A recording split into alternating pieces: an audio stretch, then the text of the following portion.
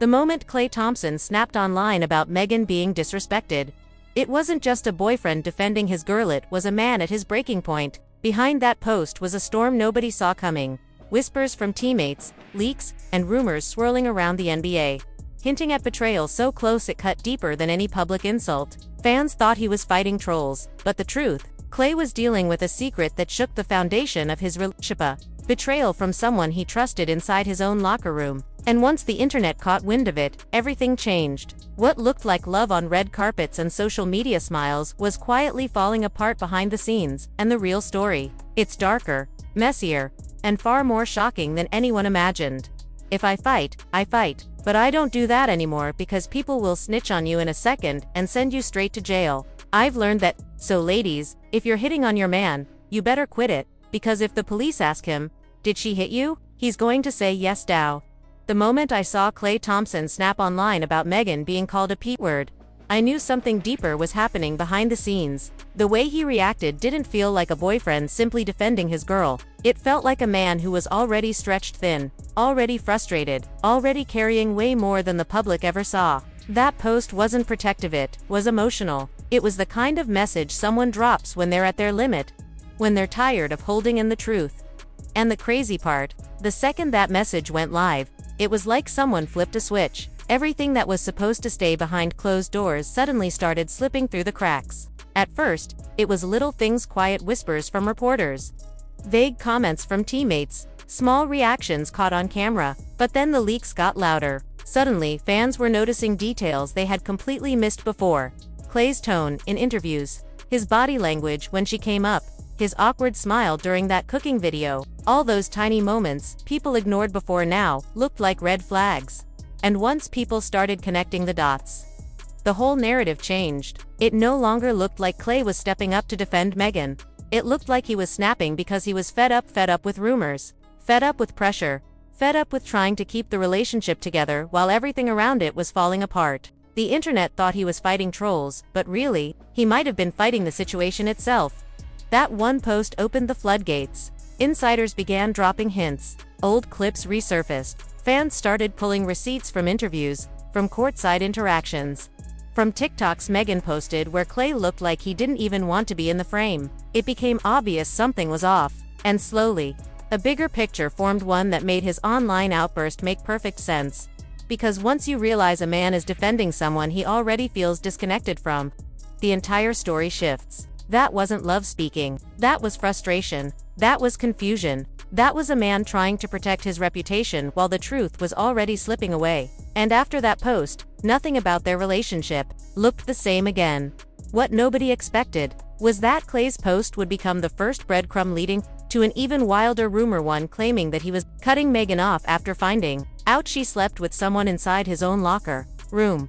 That's when the whole 304 conversation around Meghan came storming back across social media. And if you were paying attention, the energy around them definitely shifted. But before we get to the locker room part, let's go back to the moment the first crack appeared, because that's when Klay's patience snapped for real. Klay went off on Pat Bev and Jason Williams after they joked about Meghan like she was disposable on their podcast. He posted, "Referring to my girlfriend as a P is disgusting and disturbing, especially from someone I played with in the NBA.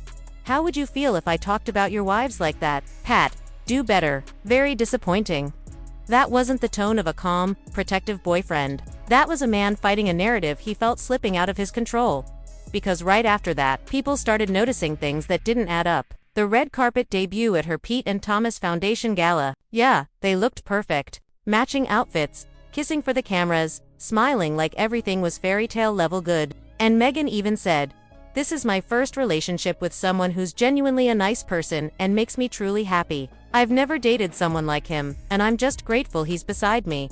And Klay was right there, holding her like they were about to walk down an aisle. But here's what fans missed. Around that same exact week, people inside NBA circles were already whispering that Klay had stepped back from her, not publicly, and nobody noticed that change until after a certain moment. So, let's rewind to the spark that made the rumor explode. Klay was asked about Tory Lanez because people won't stop dragging that old chapter back into Meghan's life. And Klay shut it down instantly. "How you feel about Tory coming home? Bro, get away from me. Get away from me."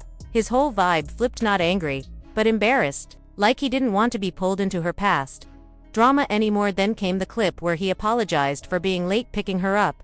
"Roses for my boo. I'm sorry I was late, babe. I thought I timed it right. No excuse." Fans thought it was sweet, but players and athletes clowned him online, calling him soft whipped, basically her assistant, and the fact she sat in the back seat only made the jokes louder. But here's what most people don't know. The teammate she allegedly messed with wasn't some random bench player. It was someone Klay trusted. This is where everything starts to slide left. Klay's attitude toward Meghan noticeably shifted right when the locker room rumor picked up steam. And the wild part, it wasn't coming from troll pages. It came from people close to the Dallas Mavericks, people hinting that Meghan got way too friendly with someone Klay actually shared a locker room with. And no, the name hasn't been dropped publicly, but insiders keep repeating the same phrase. Not a benchwarmer, someone he trusted. Let me be clear, I'm not saying the guy was a superstar, but the way those whispers spread felt way too detailed to be some TikTok fanfic. And every time Klay got asked about Meghan after that, his vibe changed. His answers got short, stiff, almost like he was slowly backing away without wanting to blow the situation up. Just look at how tense he was in this interview.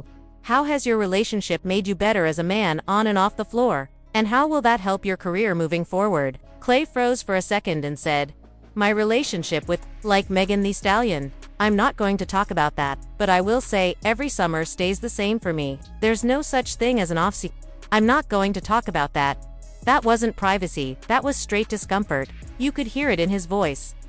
Then came the part that made everyone raise their eyebrows. Meghan posted pictures showing they bought a house together. The internet went crazy. But the shady part, people noticed Klay didn't acknowledge it at all. No repost, no comment, not even a like.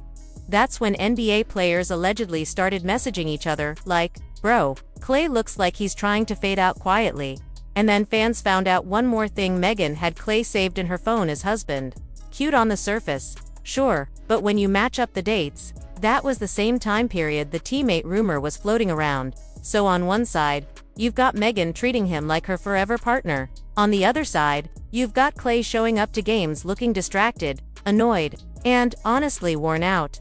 Then Pat Bev and Jason Williams decided to throw gasoline on everything by publicly disrespecting Meghan, calling her a P-word like she was a punchline. Pat even said, "I ain't never seen Klay shoot like this." And for him to say, "I'm out of my prime." Come on, Klay.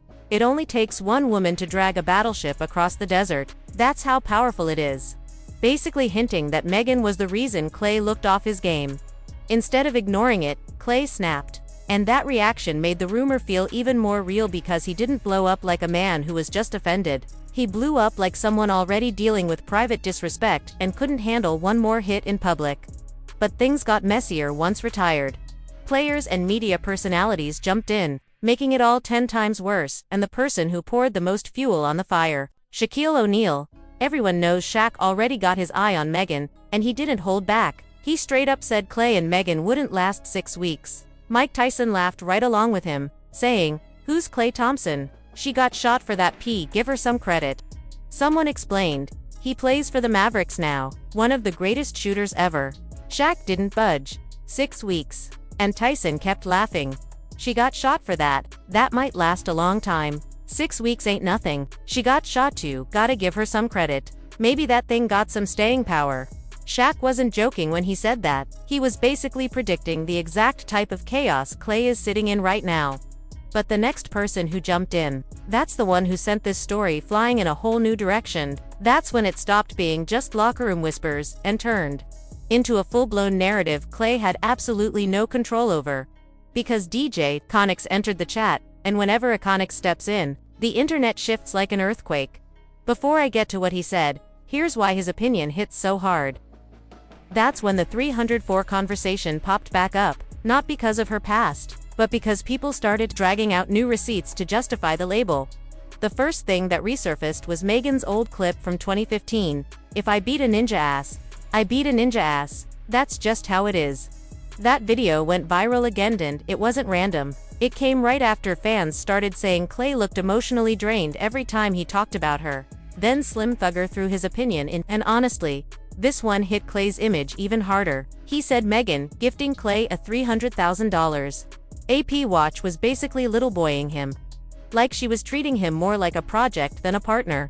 That's expensive. Did you see the watch she bought him? $300,000. What kind of gift does a man have to buy back after a woman gives him a $300,000 apiece? I can't have a woman littleboying me like that. I'm supposed to represent boss energy. I can't accept a $300,000 watch and then turn around buying her. What? The same AP. And the wild thing, Klay confirmed she really bought it. Evening is just a little past 8. We got a night ahead of us. This watch right here. Fire. That's a good watch. What a sweet lady.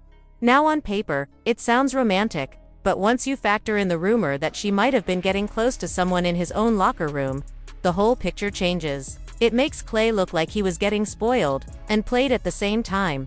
The timing made it even messier. Because right when fans were tearing their relationship apart online, Meghan went on the Jennifer Hudson show talking about how Klay made her life easier and how she's now in her soft girl era.